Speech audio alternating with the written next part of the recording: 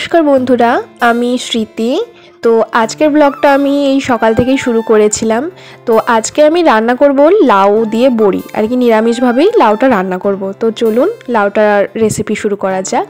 तो प्रथमे आमी एई देखुन लाउटाके भालो मतो धुए निच्छिलाम। आसले लाउ रान्ना करार आगे अवश्यई भालो मतो धुए निते हबे, ना धुले किन्तु ओटा एकटा तेतो तेतो भाबटा थाके। तो जार जोन्नो भालो करे कचले धुए निते हबे। एबार आमी लाउएर मध्य नुन और हलुद दिए माखिए राखबो जाते जलटा भालो मतो झरे जाए और रान्नाटाও ताड़ाताड़ी হয়ে যাবে। तो এই যে আমি রেডি করে নিচ্ছিলাম।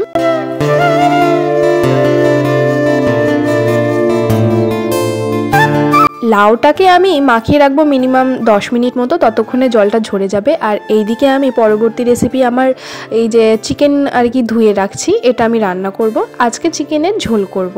তো এই যে পরিষ্কার পরিচ্ছন্ন করে চিকেনটাকে রেডি করছিলাম।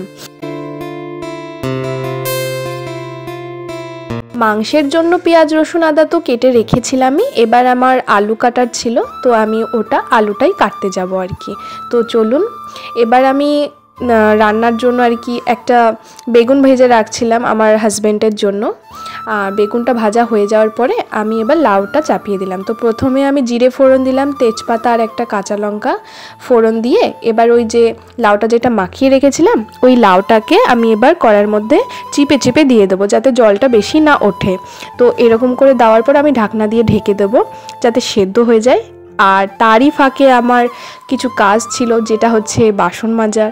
তো এই যে কতগুলো বাসন সকালের থেকে জমে গেছে, তো আমি সেইগুলো ভালো করে আর কি মেজে ঘষে ধুয়ে নিচ্ছিলাম। এই কাজটা চলতে চলতে আপনাদের সাথে একটা কথা নাই শেয়ারই করি।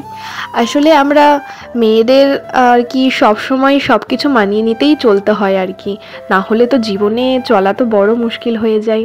কাজ কাম তো করতেই হবে এবং কর্ম, এটাই তো কর্ম না। মেয়েদের আমাদের সব থেকে বড় কর্ম হচ্ছে সংসারের কাজ কাম করা। এটা আমরা যদি ভালো মতো করি তাহলে ভগবানও সন্তুষ্ট হবে আর অবশ্যই বাড়ির লোকজনও সন্তুষ্টই হয়ে থাকে। তো সবসময় সবার মন জুগিয়ে চলাটাই আর কি সব থেকে বড় শ্রেয় ব্যাপার। কারণ আমাদের সবসময় স্বামী হোক শ্বশুর শাশুড়ি সবাইকে মানিয়ে নিয়ে চলতে হয়, এটাই আমাদের নিয়ম এবং উচিত করা। তাহলে আমরা ভগবানের চোখে অন্তত ভালো থাকব। আর সেটাই চেষ্টা করে যাই যাতে সবার চোখে ভালো থাকি, আর সেটাই করি আর কি।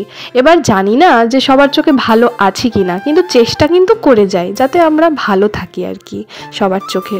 তো যাই হোক, এই যে আমি সমস্ত কাজকামগুলো রেডি করে নিলাম। তো এবার চলে যাব আমার রান্নার দিকে, কারণ লাউটা প্রায় হয়ে এসছে।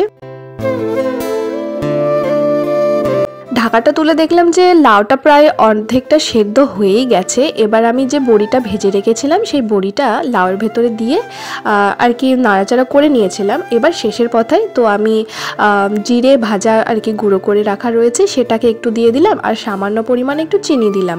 তো এটাকে এবার ভালো করে নাড়াচাড়া করেই আমার রেডি হয়ে যাবে নিরামিষ লাউ। তো আপনারাও আসলে কি জানেন তো, লাউ রান্না করতে এমন কোনো মশলাপাতি লাগে না, সামান্য এই জিরে গুঁড়ো জিরে ফোড়ন দিয়েই কিন্তু অসাধারণ স্বাদের লাগে। তো অবশ্যই একটু বড়ি দিলে আরও ভালো লাগে। তো অবশ্যই আপনারা বড়ি দিয়ে লাউটা নিরামিষ করে রান্না করে দেখবেন, দারুণ লাগে খেতে। বন্ধুরা, আজকের এই ভিডিওটা যদি তোমাদের ভালো লেগে থাকে অবশ্যই একটা লাইক করে দিও, আর অবশ্যই একটু সাবস্ক্রাইব করে দিও, পারলে শেয়ারটা করলেও ভালো হয়।